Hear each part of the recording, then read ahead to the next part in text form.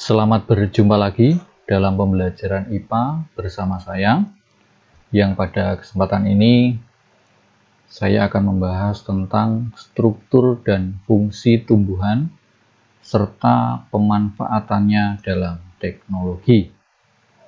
Nah, sebelum saya lanjutkan, alangkah baiknya untuk buku dan catatan dipersiapkan dulu supaya nanti hal-hal yang penting bisa kalian catat dan bermanfaat untuk belajar dalam mempersiapkan PH maupun penilaian akhir semester. Pada pembahasan ini, pada struktur dan fungsi tumbuhan serta pemanfaatannya dalam teknologi, nanti yang menjadi pembahasan ada 3 hal. Yang pertama adalah struktur dan fungsi organ tumbuhan. Yang kedua, struktur dan fungsi jaringan penyusun tumbuhan. Dan yang ketiga, teknologi yang terinspirasi dari struktur tumbuhan. Untuk struktur dan fungsi tumbuhan. Untuk struktur dan fungsi organ tumbuhan. Nah, organ tumbuhan itu ada 5. Yang pertama adalah akar, kedua batang, 3 daun, 4 bunga, dan yang kelima adalah buah dan biji. Nah, untuk akar, di sini saya berikan ada 4 buah gambar, di mana masing-masing ini akarnya kelihatan. Dan di antara gambar ini, akar-akar tersebut mempunyai perbedaan. Sistem perakaran pada tumbuhan itu dapat dibedakan menjadi 2, yaitu sistem perakaran serabut, ini pada tumbuhan monokotil, dan sistem perakaran tunggang, ini pada tumbuhan dikotil. Akar tumbuhan juga dapat mengalami perubahan bentuk sesuai dengan fungsinya. Misalnya, pada gambar ya, akar pada wortel ini bermodifikasi atau mengalami perubahan bentuk menjadi umbi akar, yang fungsinya adalah untuk menyimpan makanan cadangan. Nah, kamu perhatikan ya. Untuk gambar yang pertama, ini akarnya serabut. Ini yang kedua juga sama. Gambar yang ketiga, ini tadi yang dimaksud adalah akar wortel yang mengalami perubahan bentuk fungsi, yaitu untuk menyimpan makanan cadangan. Dan yang keempat, ini adalah bentuk akar tunggang, yang biasanya terdapat pada tumbuhan Dicotyledone. Lalu yang kedua, batang. Yang pertama ini adalah gambar batang berkayu. Yang kedua ini batang berluas. Dan yang ketiga adalah batang basah. Saya ulangi ya. Pada batang, ini gambar pertama ini merupakan batang berkayu. Yang kedua ini batang berluas, dan yang ketiga adalah batang basah. Batang tumbuhan dikotil umumnya bercabang-cabang dan berkayu. Beberapa di antaranya memiliki batang basah, misalnya bayam. Sedangkan batang tumbuhan monokotil umumnya tidak bercabang dan lurus, tumbuh ke atas. Selain itu, ruas-ruas juga nampak dengan jelas. Yang ketiga, daun. Ada 4 bentuk daun. Ini yang pertama itu melengkung, kamu perhatikan. Yang kedua ini menjari, jadi seperti jari ini ya.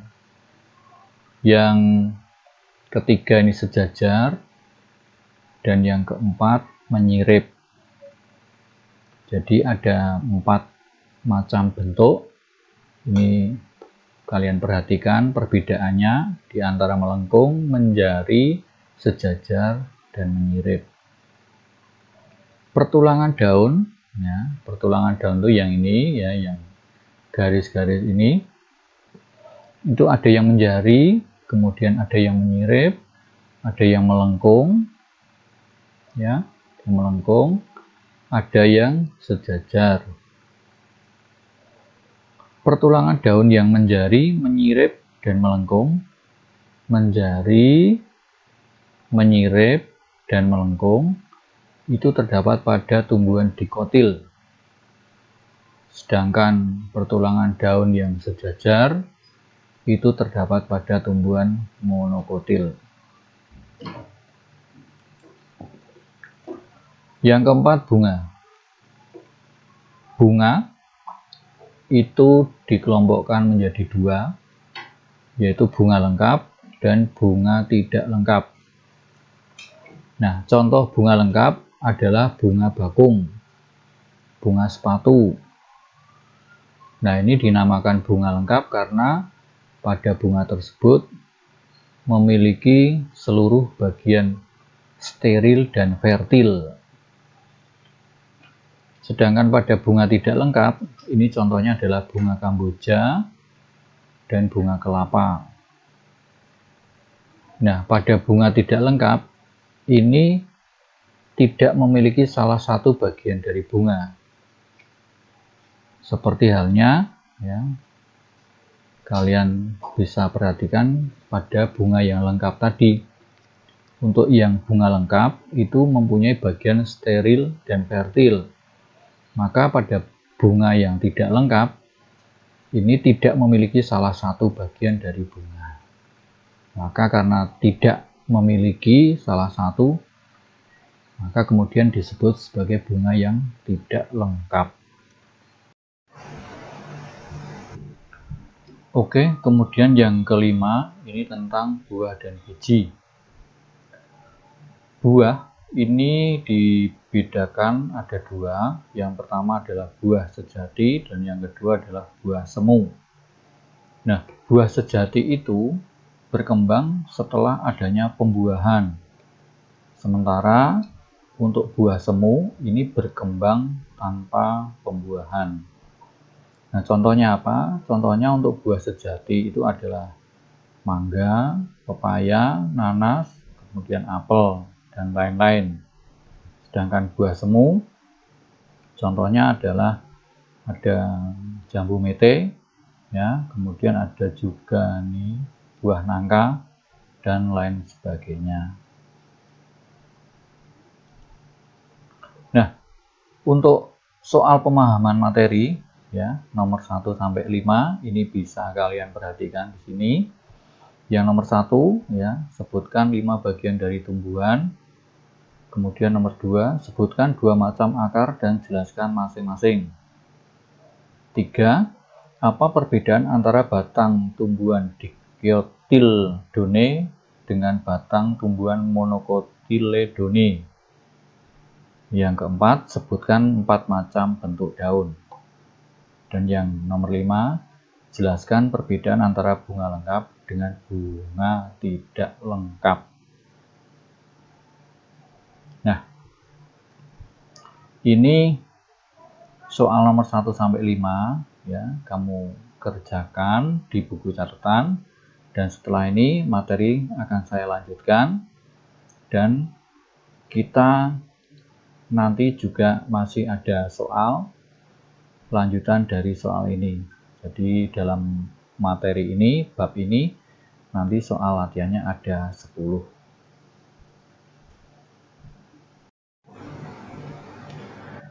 Materi selanjutnya tentang struktur dan fungsi jaringan penyusun tumbuhan. Yang pertama adalah jaringan penyusun tumbuhan. Yang nomor 2 adalah struktur dan fungsi jaringan pada akar, batang, dan daun. Nah, untuk jaringan penyusun tumbuhan itu nanti ada 5 macam jaringan. Antara lain adalah jaringan meristem, jaringan epidermis, jaringan parenkim, jaringan penyokong, dan jaringan pengangkut. Nah, jaringan meristem itu apa? Jaringan meristem adalah jaringan ya di mana sel-selnya itu berdinding tipis, berbentuk bulat, lonjong, atau poligonal, dan relatif kaya akan protoplasma. Sel-selnya mampu membelah diri secara terus-menerus untuk menambah jumlah sel-sel tubuh pada tumbuhan. Lalu yang jaringan epidermis ini terdiri atas selapis sel hidup yang bentuknya persegi panjang, tersusun rapat tanpa ruang antar sel, dan tidak berklorofil. Ini berfungsi untuk menutupi atau melindungi jaringan yang ada di bawahnya. Yang C, jaringan parenkim. Jaringan parenkim ini sel-selnya berukuran besar dan tipis. Terdiri atas sel-sel hidup yang umumnya berbentuk segi enam. Memiliki banyak vakuola, memiliki ruang antar sel yang banyak, sehingga susunannya menjadi kurang rapat. Jaringan penyokong atau kolenkim dan sklerenkim. Jadi ada dua nih ya. Jaringan penyokong itu kolenkim dan sklerenkim. Ini penguat pada organ-organ tumbuhan yang masih aktif mengadakan pertumbuhan dan perkembangan. Untuk yang kolenkim. Sedangkan untuk yang penguat pada organ-organ tumbuhan yang tidak lagi mengadakan pertumbuhan dan perkembangan, inilah yang sklerenkim. Lalu jaringan yang kelima adalah jaringan pengangkut. Ini terdiri dari dua, yaitu xilem dan phloem. Berfungsi mengangkut air dan zat mineral dari akar ke daun, ya, dari akar ke daun itu xilem. Dari akar ke daun itu xilem. Nah, sementara yang berfungsi untuk mengangkut atau mengedarkan zat makanan hasil fotosintesis dari daun ke seluruh bagian tumbuhan, ini yang phloem. Yang xilem itu dari akar ke daun, sedangkan yang phloem itu dari daun ke seluruh bagian tumbuhan. Lalu struktur dan fungsi jaringan pada akar, batang, dan daun. Nah, ini adalah sebuah penampang akar dikotil, ya, dan yang kedua akar monokotil. Kalian bisa memperhatikan perbedaannya. Ya. Ada persamaannya, ada epidermis, korteks, endodermis, phloem, xilem, pericycle. Ya. Jadi bagian-bagiannya itu, tetapi ada juga ini yang empulur, sementara di sini tidak ada. Lalu perbedaannya di mana? Perbedaannya adalah di susunannya atau letak-letak dari komponen-komponen ini itu berbeda. Jadi Anda perhatikan. Ya. Lalu yang di sini ini batang ya. Kalau yang gambar yang pertama itu tentang akar, sedangkan ini batang. Nah, ini juga sama, yaitu batang dikotil dan batang monokotil. Nah, susunan dari komponen-komponennya bisa kalian amati, ternyata ada perbedaan.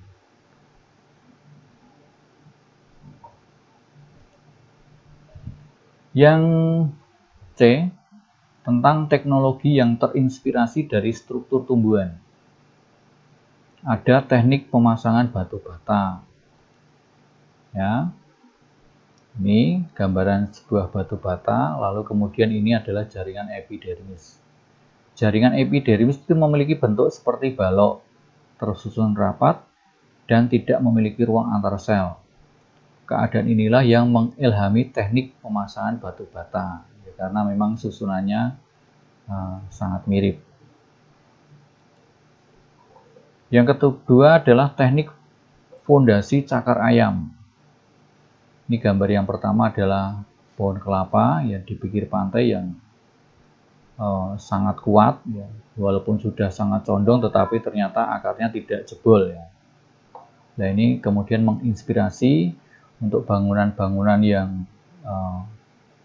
kuat itu biasanya ya untuk pondasinya itu dibuat seperti susunan akar sebuah pohon ini ya, atau istilahnya adalah cakar ayam. Jadi seperti kaki ayam yang mencengkeram sehingga nanti akan kuat menopang bangunan yang sangat berat. Pohon nyiur memiliki akar serabut yang mampu menopang tanaman tersebut meskipun struktur tanahnya tidak stabil. Dari sinilah kemudian struktur akar tanaman nyiur diadopsi untuk menciptakan fondasi berserabut pipa beton yang menyangga gedung-gedung yang besar dan berat.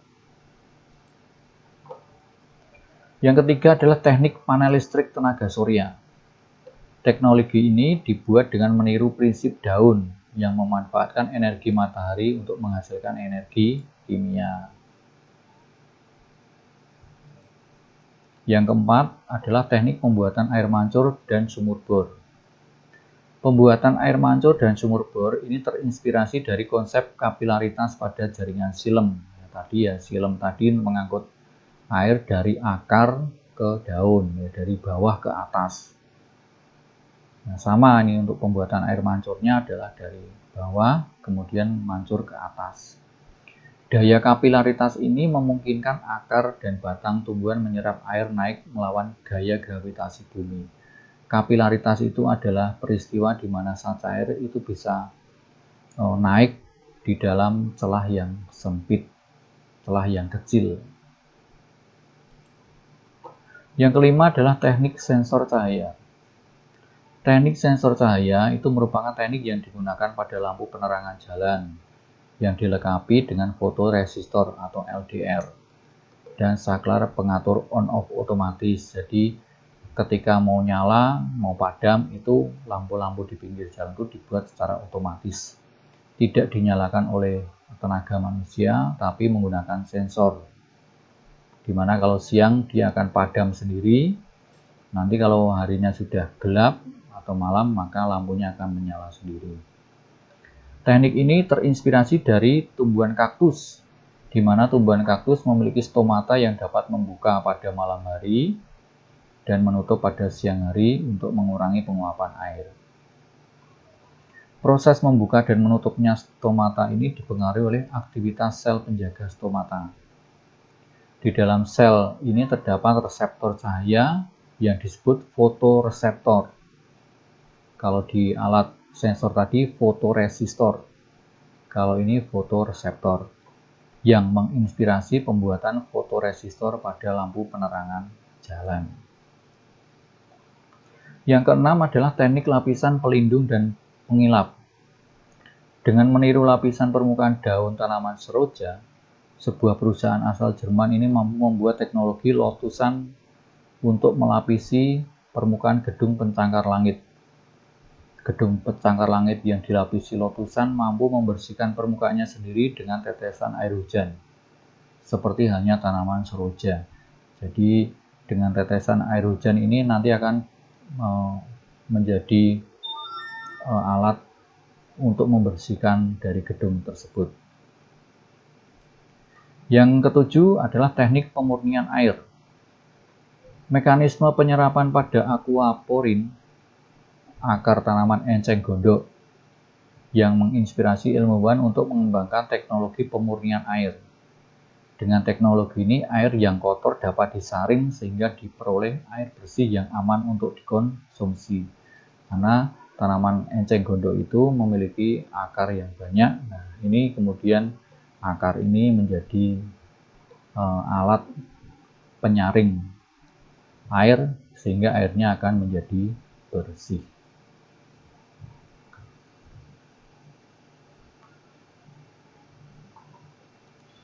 Nah,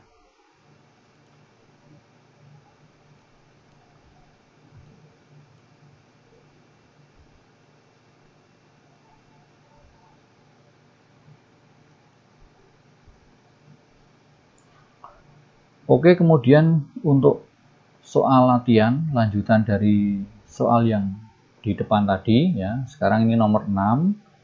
Apa yang dimaksud dengan buah sejati dan buah semu? Berikan masing-masing dengan contoh. Kemudian nomor 7, sebutkan 5 jaringan penyusun tumbuhan. 8, sebutkan ciri-ciri jaringan meristem. 9, sebutkan ciri-ciri jaringan parenkim. Dan yang terakhir nomor 10, apa fungsi akar tanaman enceng gondok. Nah, berarti ya kalian bisa mengerjakan ini. Jadi soal untuk pemahaman materi ada 10. Dan ini bisa kalian kerjakan. Bila nanti ada kesulitan, kalian bisa memutar kembali video pembelajaran ini. Dan akhirnya, terima kasih kalian sudah mengikuti pembelajaran IPA hari ini. Sampai jumpa pada pembelajaran yang akan datang. Bagi kalian yang belum subscribe, silahkan untuk tekan subscribe. Dan materi ini boleh kalian share ke teman-teman kalian sehingga kita bisa maju bersama di dalam menguasai materi pembelajaran IPA. Terima kasih.